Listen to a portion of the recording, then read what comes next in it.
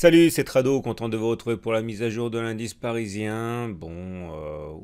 Pour chercher l'origine de la hausse d'aujourd'hui, honnêtement, faut avoir quand même un biais, hein, parce que il n'y a rien eu de positif, si ce n'est que Monsieur Trump a annoncé qu'il était extrêmement content des avancées dans les négociations avec la Chine, hein, et qu'il envisageait pourquoi pas de retarder la date butoir de fin de négociation. Alors les opérateurs ont décidé d'y voir quelque chose d'extrêmement positif, hein. Ils auraient tout aussi bien pu penser qu'un report de la date de clôture signifiait qu'il y avait des points de blocage importants. Mais en tout cas, puisqu'on fait de l'analyse technique et uniquement de l'analyse technique, eh bien, on sait pourquoi ça monte, et on sait pourquoi ça monte parce qu'en fait, ça ne baisse pas. Excusez la palissade, mais globalement, ce que je veux dire, c'est que de nos jours, plus de 80% des opérations sont réalisées par des robots, des algorithmes, etc. Et les robots, les algorithmes, hein, vont sans doute se déclencher en partie, hein, sur les 5218, 5266. Autrement dit, ils ne se déclenchent pas maintenant. Les mouvements de vente auxquels on assiste maintenant sont essentiellement des mouvements d'allègement de position, je pense, hein. Là où les algos vont rentrer dans la danse dans le sens du sud, ça sera sur la zone de résistance. Donc du coup, on monte un petit peu par inertie. Alors je le redis parce que j'ai reçu encore des mails en me disant je vais vendre moi aussi sur la zone de résistance. Je rappelle une fois de plus que la Vulgate dit que c'est pas parce qu'on est sur une zone de résistance qu'il faut vendre à découvert. Ok, c'est tout l'esprit de mes matrices de trading que vous retrouvez sur le site d'ailleurs. Il faut un signal. Autrement dit, les signaux de baisse auront plus de chances d'être couronnés de succès s'ils apparaissent sur la zone de résistance que s'ils apparaissent maintenant. C'est ça que ça veut dire, hein. Ça ne veut pas dire nécessairement spéculer à la baisse sur la zone de résistance, hein. S'il n'y a pas de signal, ben, il ne faut pas prendre les signaux de baisse, hein. Voilà. Reprenons notre canal noir, vous voyez, il est toujours clairement ascendant. C'est notre juge de paix, je vous rappelle, hein, que tout ce qui se passe n'est qu'épiphénomène tant que l'on reste dans ce canal noir ascendant, on en a déjà parlé. On attend sagement, hein, l'arrivée sur la zone intéressante des 5218, 5266. Le chandelier japonais du jour, du coup, est pas mal, hein. On a eu mardi un chandelier d'hésitation, ça s'appelle un doji. Alors j'avais expliqué, et je le dis parce que mon site est quand même essentiellement à portée pédagogique, que nous avions un doji, signe d'indécision, mais on pouvait également voir un harami baissier avec la bougie verte et la bougie rouge, là, le corps vert avalant le corps rouge. Mais j'avais également dit qu'étant donné qu'on n'est pas sur une zone à risque, hein, véritablement, hein, on n'est pas encore dans la zone orange, et bien il fallait attendre une bougie de confirmation. On n'a pas eu de bougie de confirmation, donc voilà, de fil en aiguille, c'est reparti à l'os avec une bougie plutôt sympathique puisqu'elle termine sur le tiers haussier. Et vous voyez, c'est assez symptomatique des périodes d'os où il y a beaucoup plus de bougies vertes que de bougies rouges, et ça montre quelque part l'optimisme des intervenants. On passe tout de suite à l'analyse purement technique du CAC 40. Voilà ce que nous enseigne le CAC 40 et sous un aspect purement technique. La tendance est haussière, on l'a déjà dit, on n'arrête pas de le dire. En fait, vous savez, je suis désolé de me répéter, mais c'est vrai que tant qu'il n'y a pas de changement par rapport au fait que nous soyons au-dessus des M20 qui montent, on ne peut pas dire qu'on soit en tendance baissière au regard de cet indicateur, hein.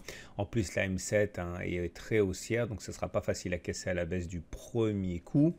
Je vous rappelle que la loi du retour à la M20 menace, hein. On ne peut pas comme ça indéfiniment rester au-dessus de la M20 sans venir la toucher, hein. Ça fait maintenant de très nombreuses séances que l'on s'en est libéré, et il faut s'attendre, hein, que la prochaine consolidation nous amène au moins sur la M20. Vous remarquerez que les Bollinger supérieurs et inférieurs montent toujours, signe de tendance haussière, puisque c'est ce qu'on appelle des parallèles haussières. À noter également au niveau des autres indicateurs techniques qu'ils sont toujours positifs, hein. Regardez, hein, le momentum est au-dessus de 0, le RSI au-dessus de 50 et le MACD est au-dessus de son signal. C'était très positif, et ça, dans ces conditions, il y a plus de chances pour que l'on n'ait pas fait les plus hauts plutôt qu'on les ait fait, hein. Vous remarquerez qu'on a vu une divergence baissière sur le RSI, c'est-à-dire que, souvenez-vous, hein, regardez, on va commencer par le momentum. On n'a pas fait de plus haut sur le momentum sur un laps de temps où on a fait des plus hauts sur le cours, ça s'appelle une divergence baissière. C'est un danger, une épée de Damoclès, hein, je le dis souvent, mais ça ne se traite pas aussi simplement que ça. Il ne faut pas spéculer à la baisse parce qu'on a une divergence baissière. Sur le RSI, on en avait une, elle vient d'être invalidée, comme vous pouvez le voir, puisque on vient de faire à la fois un plus haut sur les indicateurs et en même temps on accompagne les cours. Donc à partir de là, et ben on a invalidé la divergence et c'est ça le danger à vouloir trader uniquement sur les divergences, hein.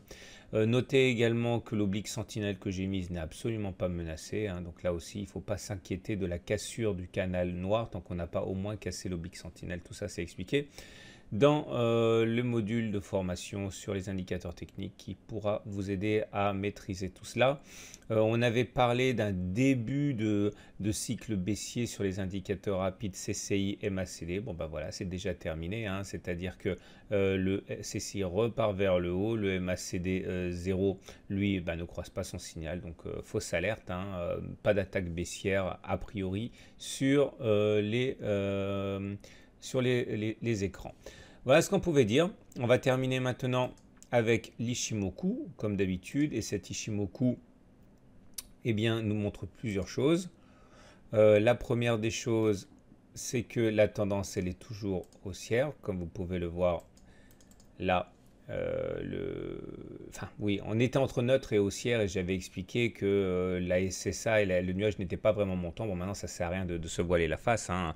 La tendance est haussière en Ichimoku aussi. Vous voyez le nuage là, c'est surtout la SSB qu'il faut regarder. Vous voyez, la SSB monte, la SSA elle monte.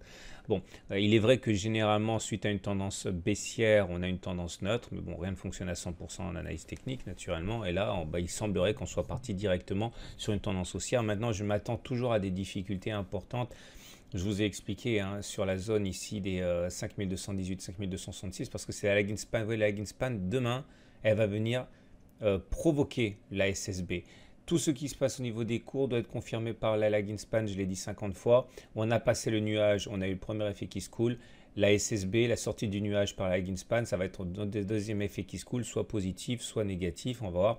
Et comme je l'ai déjà dit, je m'en excuse, hein, les cours vont attaquer la zone de résistance alors même que la lagging span attaque la SSB, excusez du peu, hein. Donc là il faut vraiment être extrêmement prudent parce que bon, on est en tendance haussière au niveau de l'Ichimoku, mais ça ne veut pas dire, hein, qu'on ne puisse pas faire une correction importante, hein. Regardez là d'ailleurs, c'est vrai dans l'autre sens aussi, hein. On était en tendance baissière au niveau de l'Ichimoku, ça ne nous a pas empêché de monter quand même très significativement, hein, entre le 26 octobre et le 8 novembre, hein. Donc ce sont deux choses complètement différentes, hein. Donc méfiez-vous de la séance de demain. J'aimerais vous montrer également autre chose parce que vous m'avez dit ah ouais c'est vrai, bien intéressant cette histoire du twist. Alors regardez, je vous montre ça sur le DAX maintenant. Alors sur le DAX, c'est la même chose, hein, c'est-à-dire que là vous avez eu le twist. Ok, vous prenez la distance parcourue entre les plus bas et le twist. Ok, vous reportez ça au-dessus. Bon, ça correspond à 50% de Fibonacci en fait, hein. Ça nous amène ici. C'est-à-dire que pour aller chercher l'objectif du twist, les cours doivent monter jusqu'à 11 600. Ça laisse de la marge et c'est ça qui explique également la montée. Et ça correspond à ce que je disais sur le SP500 hier. Vous voyez, pareil, hein, on a quasiment été chercher la distance entre les plus bas et le twist reporté au-dessus du twist, hein. Clairement les 2800, on y est quasiment. Donc voilà, il y a un cocktail d'éléments très dangereux à apprécier pour les séances qui arrivent, hein. Donc prudence. Voilà, je vous souhaite une excellente journée et je vous dis à demain pour la mise à jour. Et j'aurai très bientôt une très bonne nouvelle à vous annoncer.